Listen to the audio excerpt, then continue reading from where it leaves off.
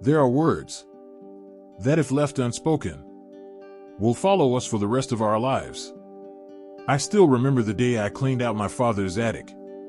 A small, quiet space, where time itself seemed to have stopped, where every old object still carried the warmth of his presence. Amid faded photographs, I found a letter, its envelope trembling slightly, my name written in a shaky hand. A letter never sent, and never read. In those few, uneven lines, I heard the voice of a father, awkward, silent, yet filled with love. Perhaps love doesn't always live in words, but in the things left unsaid. And by the time we realize that, the one who meant to say them is no longer here. That afternoon, the attic was covered in a soft, golden sadness. Sunlight slipped through the old window, falling on floating dust like memories suspended in air. I sat there, among boxes of my father's belongings, listening to the ticking clock in the corner, each beat reminding me that time waits for no one. The letter lay there, fragile, resting between years of silence. I traced my fingers over his trembling handwriting, and it felt as though I were touching a piece of the past. He wrote about the times he wanted to hug me but didn't, afraid he might be too clumsy. He said that there are things fathers and sons never quite learn how to say, yet they still feel. In a glance, in a meal shared, in a brief pat on the shoulder, heavy with unspoken love. I read it again and again, line by line, until my eyes blurred. I used to think he was distant, a man of few words, unable to express affection. But perhaps he simply loved differently, quietly, simply, and faithfully to the very end. Only then did I understand. Not everyone gets the chance to say their final words. And sometimes, what we regret the most is not what never happened, but what we never said. Night fell slowly. The house sank into a strange kind of silence. Not sorrowful, but deep. I sat by the old wooden desk, the warm light of a small lamp falling upon the unfinished letter.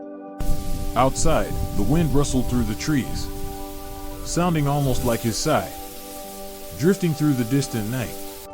I remembered those childhood evenings, him sitting on the porch, quietly fixing a broken radio, while I kicked a ball around his feet, waiting for a look, a word of praise.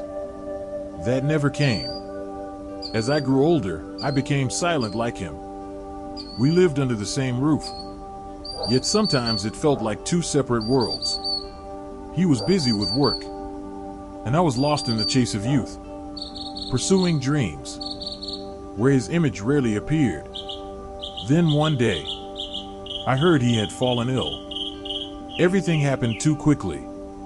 By the time I came home, all that remained was the fading warmth of his hand. I never said, "I love you, Dad." And he never said, "I'm proud of you, son." Yet now, in those crooked lines upon the page, I hear both. Late, but true. There are kinds of love that are never spoken aloud, only kept in silence, in a glance, in the way a father straightens his son's collar, or quietly leaves a meal waiting on the table. I folded the letter, pressed it to my chest, and suddenly felt like that same little boy again. Only now, my father was gone. Outside, night had fallen completely. The moonlight spilled softly across the roof tiles, like a hand reaching out to comfort me. And I understood. Even though we never spoke our final words, between my father and me, love had never truly gone away. The next morning, I woke to the first light slipping through the window, falling softly on the letter still lying on my desk. The ink had faded, the paper edges worn, yet every word still carried warmth. as if he had written it only last night. I made myself a cup of coffee, the kind you used to drink each morning. That familiar scent filled the room, bringing back days long past, when he would sit quietly on the porch, watching me leave for school, saying nothing, just giving a small nod. Now I understand. In that simple nod were all the words he never said. You can do it, son. I believe in you. I love you. For so many years, I had blamed him for the silence, for the absences, for the half-spoken words that left me wondering what he truly felt. But maybe he simply didn't know how to show it. Love, in his generation, wasn't spoken aloud. It lived quietly, in the smallest, everyday acts, like waking an hour early to have the car ready before school, or standing in the yard just to be sure I got home safe, or carefully fixing the crooked door so the night wind wouldn't slip into my room. I read the letter again, and this time, I didn't cry. I just smiled, because at last, I could hear what he had been trying to say, even if it came too late. I folded the letter gently and placed it inside the drawer, beside his old watch. The ticking sound returned, faint but steady, as if time, after years of standing still, had finally decided to move again. I realized then, love doesn't always need to be spoken right away. It can wait until we are quiet enough to hear it.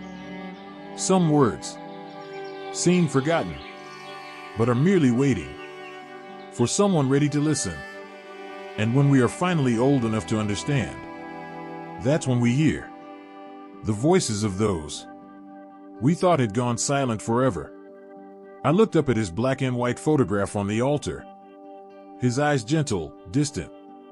I understand now, Dad, I whispered, my voice melting into the air. Outside, the wind brushed through the trees, leaves touching softly, like an answer. And I knew then, love, even without the one who speaks it, remains in every breath, in every memory, and in every letter never sent. Because one day, when the chair where your father once sat is only an empty space, and the word son exists only in memory, you will wish you had spoken a little sooner, held on a little longer, and loved loud enough for them to hear. Don't let love turn into something unfinished. Say it while your heart still longs to, while your hands can still reach out. Because some words, if left unsaid today, will follow you for a lifetime.